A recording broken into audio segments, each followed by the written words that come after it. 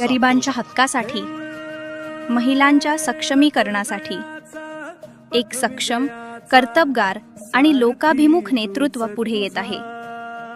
सोलापूर जिल्हा परिषद निवडणूक 2026 हुलजंती गटाच्या अधिकृत उमेदवार सौ संगीता आक्का हणमंत शेठ दुधाळ. समाजसेवेचा वारसा लाभलेले व्यक्तिमत्व.